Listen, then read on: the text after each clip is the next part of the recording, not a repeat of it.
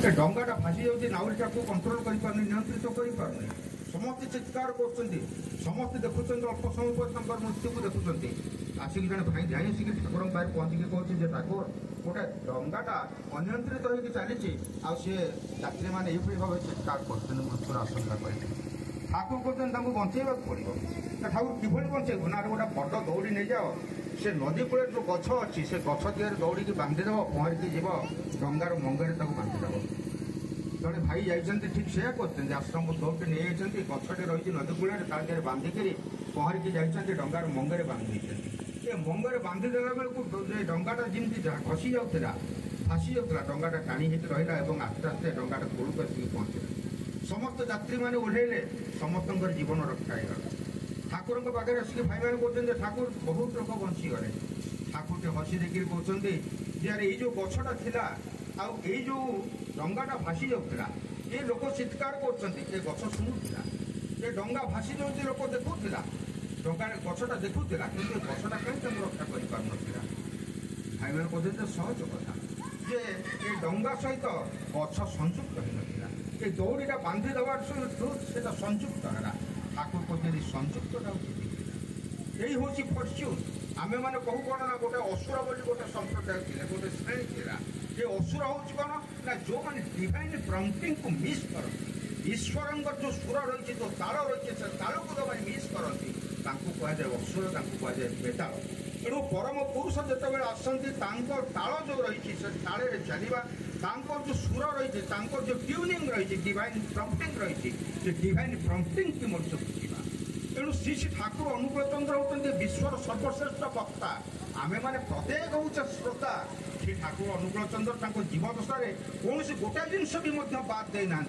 ठाकुर धर्म को लेकिन विभिन्न प्रकार आलोचना चली 1930 मसीह कथा आइनस्टाइन बर्लिन था आम रवींद्रनाथ ठाकुर जाइए पाखक दुई जन जाक बसिक आलोचना कर रिपोर्टर मैंने अन्य समस्त होती गोटे विराट जुक्ति तर्क ये सब जिन हम कारण जड़े होती वैज्ञानिक आउ जन होती विशिष्ट आध्यात्मिक गुरु जड़े ये दी जन भितर आध्यात्मिकता और विज्ञान ताकू लेकिन निश्चित भाव में गोटे जुक्ति तर्क हम किंतु रिपोर्टर मैंने देखिए आश्चर्य होती आइनस्टाइन एवं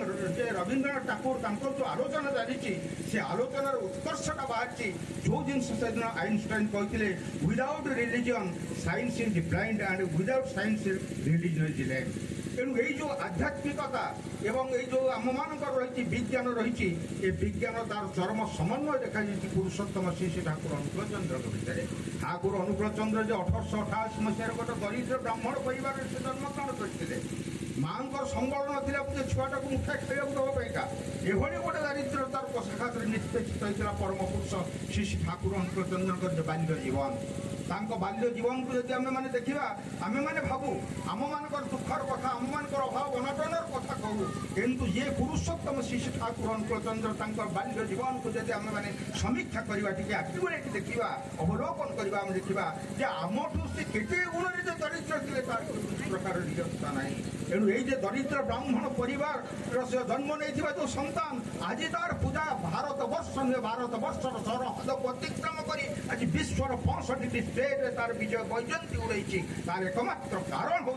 परम पुरुष श्री श्री ठाकुर अनुकूल चंद्र जो दर्शन हो अखंड जीवन दर्शन कथा ठाकुर जो बाद हूँ जीवन बादर कथा तेणु परम पुरुष श्री श्री ठाकुर अनुकूल चंद्र कहते जो बादर फोन बादी जीवन बादी असर तुई यही चलनी के कायम कर चाल जीवन आज तो आम मान भर विभिन्न जगह देखा दूसरी गोटे सेक्टेरियन कन्फ्लिक्ट देखा देती धर्मांधता आम मान भर बर्तमान ग्रास कर 1830 मसीह कथा जिते लर्ड मार्कुले सी आसी था भारत वर्ष ईस्ट वेस्ट नॉर्थ साउथ चारिआडे बुलीगले चारिआडे बुलीगला से देखिए आश्चर्य है भारतीय मैंने खाइबा पाऊना गछर पत्र सीझाई खाऊँ कंदा तोलिक खाऊँ किंतु तथापि भारत वर्ष कौन सी गोटे लोक भिकारी ना चोरी ना डकायत ना व्यभिचार ना अत्याचार ना आश्चर्य होगले ये गोटे दरिद्र राष्ट्र जो भाव में कौन प्रकार से दुर्नीति ना कारणटा कौन से कारणटा को अनुध्यान कर जाने भारत वर्षर आध्यात्मिकता ये भारत वर्षर आध्यात्मिकता थी भारत वर्ष लोक मैंने अत्याचार व्यभिचार करना तेणु से चिंता कले भारत वर्ष को सबुदिन कलाम करने कृतदास करने भारतर संस्कृति ऐतिह्य परंपरा को प्रथम नष्ट ନଷ୍ଟ କରିବାକୁ ପଡ଼ିବ। ବ୍ରିଟିଶ ପାର୍ଲାମେଣ୍ଟରେ ଯାଇକି ସେ ତାଙ୍କର ପ୍ରସ୍ତାବ ଦେଲେ ଯେ ଭାରତକୁ ଯଦି ସବୁଦିନ ପାଇଁକା ଦରିଦ୍ର ଦେବାଳିଆ କରିବାକୁ ଚାହୁଁଛ ତାହେଲେ ଭାରତ ବର୍ଷର ପ୍ରଥମ ସଂସ୍କୃତିଟାକୁ ତୁମେ ନଷ୍ଟ କର। ଗୋଟାଏ 1000 କୋଟି ଟଙ୍କା ବ୍ରିଟିଶ ପାର୍ଲାମେଣ୍ଟ ସେ ମଞ୍ଜୁର କରିଥିଲା ଯେ ଭାରତର এই ସଂସ୍କୃତି ଐତିହ୍ୟ ପରମ୍ପରାକୁ କିଭଳି ନଷ୍ଟ କରାଯିବ। ଲର୍ଡ ମାର୍କୁଲେ ପ୍ରଥମେ ଆସିଲେ ଭାରତବର୍ଷର ଶିକ୍ଷା ପଦ୍ଧତିଟାକୁ ଆଗ ନଷ୍ଟ କରିଦେଇ ଗଲେ। ଯେଉଁମାନଙ୍କୁ ଆମମାନଙ୍କର ପ୍ରାଚୀନ ପରମ୍ପରା ଯେଉଁ ଶିକ୍ଷାଧାରା ଥିଲା ତା ଭିତରେ ସଂସ୍କୃତ ଥିଲା, ତା ଭିତରେ ବିଭିନ୍ନ ପ୍ରକାର ଉପଦେଶ ଥିଲା, ମୁନି ଋଷିମାନଙ୍କର କଥା ଥିଲା। ବର୍ତ୍ତମାନର ଶିକ୍ଷା ଅବସ୍ଥାକୁ ଆପଣମାନେ ପ୍ରତିପକ୍ଷ ଦେଖୁଥିବେ। ଆମେ ଯେତେବେଳେ ପାଠ ପଢ଼ିଥିଲୁ ସେତେବେଳେ ମାଟା କ'ଣ ବାପାଟା କ'ଣ ଏଇ ଜିନିଷଟା ଆମମାନଙ୍କର ପ୍ରଥମ ଶିକ୍ଷାରେ ଥିଲା। ମାଟି ମୋର କେଡ଼େ ନିଜର ତାପରି ନାହିଁ କେହି, କୋଳଟି ତାର ସରଗ ମୋର ତାସରି ନାହିଁ କେହି। ଛୁଆଟି ଜାଣିପାରୁଥିଲା ଯେ ମାଟା କେତେ ନିଜର ହେଉଛେ। ବର୍ତ୍ତମାନ ଆମମାନଙ୍କର ଏଜୁକେସନର ଯେଉଁ ସିଲାବସ୍ ରହିଛି এই এজুকেশনের সিলাবস ভিতরে মাতৃভক্তি পিতৃভক্তি এসব জিনিস ବର୍ତ୍ତମାନ ସ୍ଥାନ ପାଉନି। ଆମେମାନେ ପ୍ରତିପତ୍ତି ଆଜି ଯାହା ହେଇ ଉଠିଛେ ଯାହା ହେଇ ଉଠିବା ତାର ମୂଳରେ 3ଟି ଜିନିଷ ଲୋକଙ୍କର ଅବଦାନ ରହିଛି। ଗୋଟେ ହେଉଛି ମାଆର ଅବଦାନ, ଗୋଟେ ହେଉଛି ବାପାର ଅବଦାନ, ଗୋଟେ ହେଉଛି ମଣିଷ ଯେ ହେଉଛି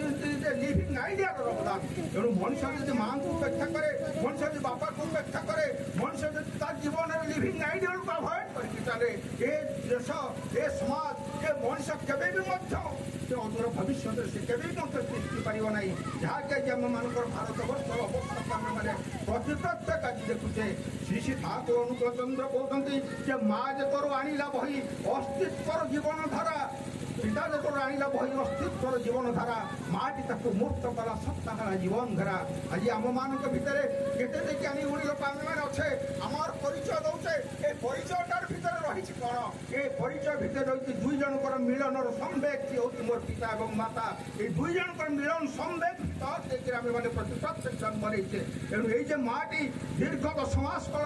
ଗର୍ଭ ଭିତରେ ଧାରଣ କରିକି ଯେତେବେଳେ ପ୍ରସବ ଦେଲା, ଯେତେବେଳେ ଆରମ୍ଭ ହେଇଗଲା ବାପାର ଦାୟିତ୍ୱ ଆରମ୍ଭ ହେଇଗଲା, ଏ ବାପା ତାକୁ ଛାତିରେ ଧାରଣ କରିକି ଚାଲିଲା। ନିଜର ଅଭାବ ଅନାଟନ ସତ୍ୟ ମଧ୍ୟ ସେ ଦେଖିଲା ଯେ ମୋ ଛୁଆଟା କେମିତି ଉନ୍ନତ ହଉ। ନିଜେ ଛିଣ୍ଡା ପିନ୍ଧିକିରି ମଧ୍ୟ ସେ ଚାହିଁଲା ଯେ ମୋ ଛୁଆଟି କେମିତି ଗୋଟେ ନୂଆ ଡ୍ରେସଟେ ପିନ୍ଧୁ। ସେ ଛୁଆର ନୂଆ ଡ୍ରେସଟା ପିନ୍ଧିକିରି ଛିଣ୍ଡା ପିନ୍ଧିକି ବାପାଟା କିନ୍ତୁ ଆନନ୍ଦିତ ହୋଇଥାଏ। ଛାତିରେ ସେ ତାକୁ ସ୍ଥାନ ଦେଇକିରି ଚାଲେ। ଆର୍ଯ୍ୟ ସୃଷ୍ଟି ସେଥିପାଇଁ କୁହେ ମାତୃଦେବ ଭବ, ପିତୃଦେବ ଭବ, ଆଚାର୍ଯ୍ୟ ଦେବ ଭବ। ଏବଂ এই ସମସ୍ତ ପରେ ବି ମଧ୍ୟ ଆସେ ମଣିଷ ଜୀବନରେ ଲିଭିଂ ଆଇଡିଆଲ ଆସେ। ଗୁରୁ କିନ୍ତୁ ସେଇ ଲୋକଟିকে ପ୍ରତି ମୁହୂର୍ତ୍ତେ ତା ଆଖି ଆଗରେ ରଖିଥାନ୍ତି।